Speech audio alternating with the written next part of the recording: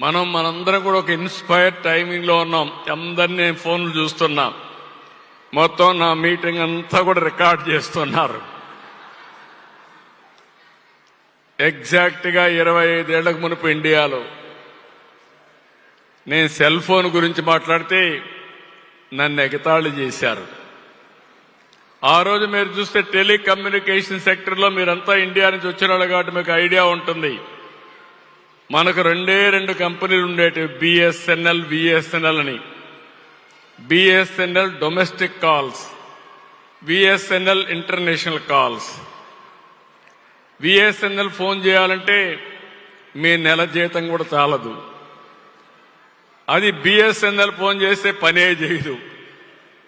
అలాంటి వ్యవస్థలో ఉంటే పట్టుబట్టి టెలికమ్యూనికేషన్ రంగంలో మార్పులు తీసుకొచ్చింది, రిఫార్మ్ తీసుకొచ్చిన ఘనత కూడా తెలుగుదేశం పార్టీకి దక్కింది. కేంద్రాన్ని ఒప్పించని చెప్పి నేను మీకు తెలియజేస్తున్నా.